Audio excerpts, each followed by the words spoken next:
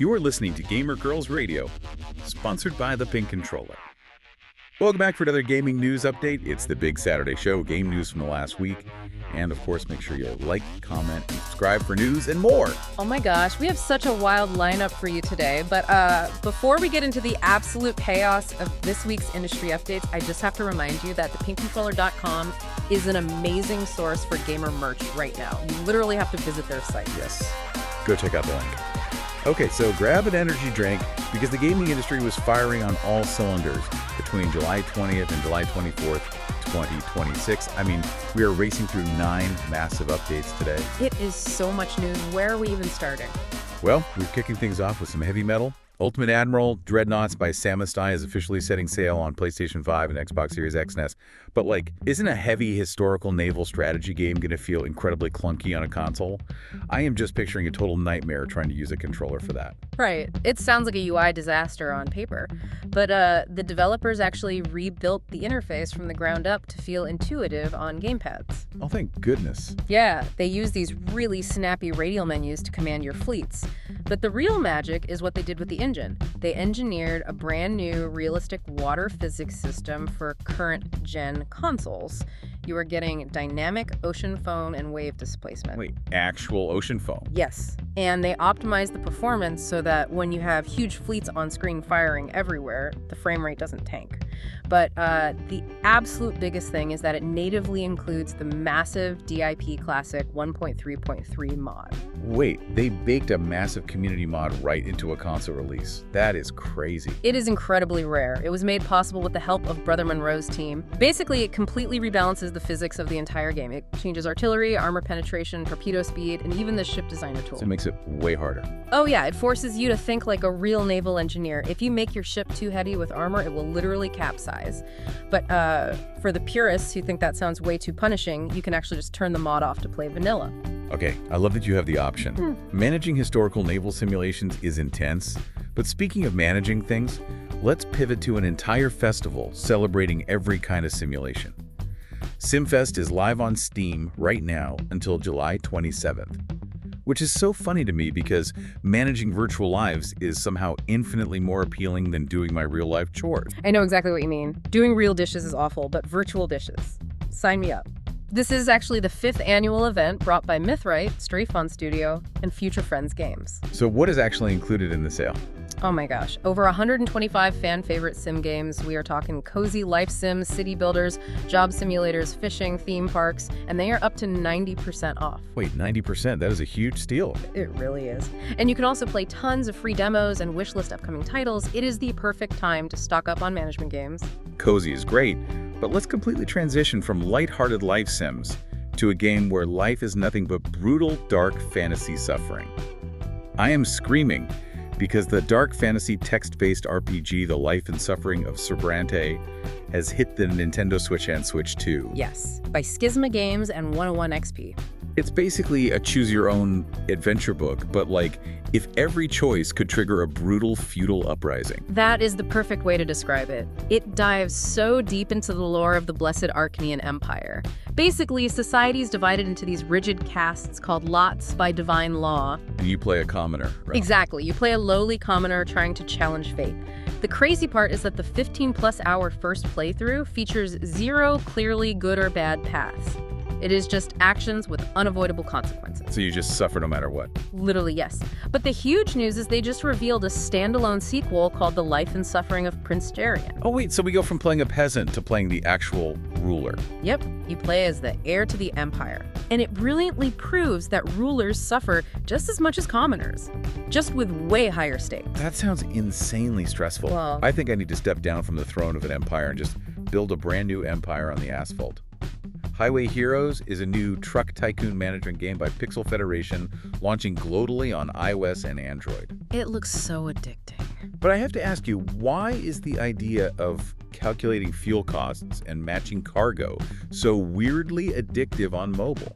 Well, it is because the gameplay loop is just so satisfying. You start with one single garage and you expand across the U.S. region by region. Oh, I love a good progression system. Right. And the strategy is surprisingly deep.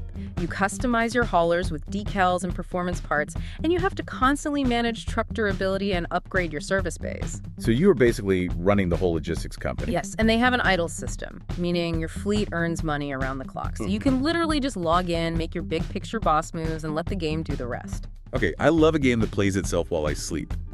But you know who never sleeps? Anime fans pulling for their favorite characters on mobile. Oh, absolutely not. They are always grinding. Right. So the Bilibili game Global Hits Jujutsu Kaisen Phantom Parade just dropped its 1.5th anniversary celebration third wave. I am freaking out over the massive giveaways here. Up to 140 free gacha pulls and 3,000 free cubes just for logging in. That is such an insane amount of free currency, and you are going to want it because of the new SSR characters hitting the gacha. Wait, who do they add? They added the Heaven-Piercing Strike Yuji Itadori and the Savor the Melt Sator Gojo. Oh, people are going to lose their minds over Gojo. Oh, for sure. They also outlined a new Okinawa-based story event called Azure Pulse by the Shore. Plus, they have the Phase 5 Friend Recall event going on. That is so much digital content. Are they doing anything physical for the anniversary? Yes, they are actually doing a second wave of commemorative merchandise with early bird discounts. And they are expanding it to Hong Kong, the UK, Germany, and France. Wow, going totally global. Exactly. Plus, they're opening offline themed stores in New York, LA, Paris, Seoul, and Taipei. That is incredible. Well, all that anime action is making me hungry, which bridges us perfectly into a game where food literally controls your mind. High Times by Yang Yang Mobile is a narrative cooking and dating sim out on PC, PS5, Xbox Series X and S, and both Switch consoles. I am so fascinated by the mechanics in this one. I am honestly just taking notes because I desperately need to use donut therapy to fix my own real-life relationship problems. I mean, if baking a pastry could fix everything, we would all be chefs. But this game has this gorgeous comic book style, and the wild mechanic is that the food you cook actually alters the mood, emotions, and desires of the customers. Wait, so I am essentially brainwashing them with pastries? Literally, yes. And the scale of the game is huge. There are over 30 diverse customers to manage. Wow, that is a lot of storylines to juggle. It is, and there are 6 romanceable characters that you have to win over using a mechanic they call Donut Woo. Donut woo. That is the greatest phrase I have ever heard. Right, it is weaponized baking.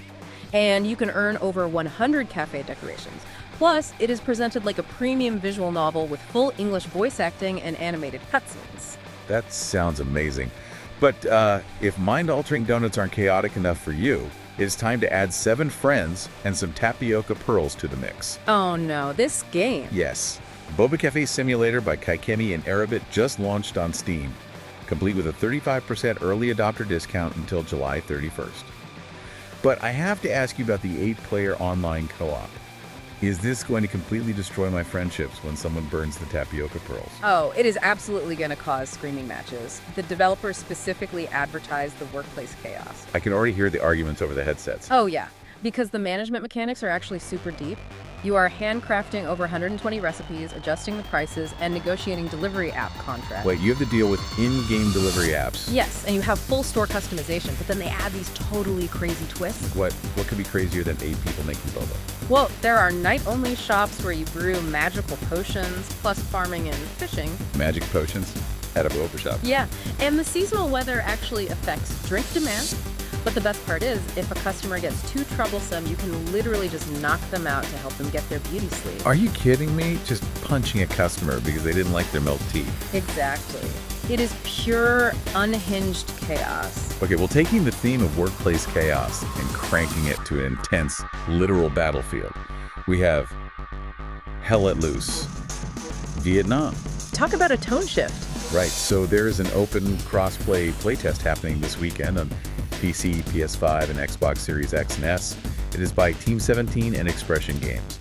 I'm so hyped over the massive 50 versus 50 scale, but how does the new map change the gameplay? So this is the Dacta Airfield map. Unlike the dense jumble cover you usually get in Vietnam games, the airstrip is just this massive open space. Oh, that sounds like a sniper's dream. It is terrifying. It is littered with impact craters and destroyed vehicles, so it demands intense squad communication just to cross the runway. So no running out like an action hero. Definitely not. Yeah. And in their new developer Q&A vlog with the game director and tech director, they tease that U.S. aerial units will be dominating the skies. Wow. What about the NVA forces? They are incredibly resourceful with traps, and they also teased heavily armed patrol boats navigating complex river networks. That sounds absolutely epic. It really is. Just a quick reminder, though, console players do need PS Plus or Xbox Game Pass Essential to join the test. Good tip. All right, we are taking the intense heat of Vietnam and plunging straight into the ultimate deep freeze. We have a brand new, detailed look at the survival game Permafrost by Toplitz Productions. It hits early access on October 9th, 2026. This game looks so punishing. It sounds like stepping outside in winter without a coat, but like, if you do, Mother Nature literally speedruns your demise. That is incredibly accurate. The lore is wild. Basically, an event called the Shattering destroyed the moon and covered the entire Earth in a sub-zero blanket of ice. Okay, destroying the moon is a pretty solid way to kick off an apocalypse. Right. And the gameplay loop is all about surviving hostile human factions, apex predators, and these deadly cold zones. Wait, what are cold zones? They are areas where the temperature drops so fast that it can literally kill you in minutes if you aren't prepared. You have to frantically manage your heat. Oh my gosh, the anxiety. Totally. And the cool part is they dropped a tease that Permafrost, along with Vikings Dynasty, Wild West Pioneers, and a world premiere unannounced game, will actually be playable at Gamescom in August. Wow, Gamescom's gonna be packed this year. It really is. You know, looking at all these updates, isn't just wild how modern gaming perfectly splits our brains? What do you mean? Well, think about it. In one sitting, you have players wanting the cozy micromanagement of serving boba tea or hauling freight across the U.S. Right, totally relaxing. But then in the very next breath, we crave the agonizing, high-stakes stress of freezing to death in permafrost or surviving a 50 versus 50 warfare crossfire. Oh, that is such a good point. It is like we are seeking out two completely opposite extremes. Exactly. It makes you think about what that really says about how we use gaming to process the chaos of real life. Like, sometimes we want to conquer the chaos, and sometimes we just want to survive it. Wow, that is actually super deep. You guys are definitely going to have to think about that one. Anyway, thank you all so much for tuning in to the Big Saturday Show. Don't forget to like, comment, and subscribe for news and more. And please do not forget to grab your amazing gamer merch at thepinkcontroller.com. Yes. Stay hyped, have an amazing weekend, and we will catch you on the next one. Bye, everyone. Bye, guys.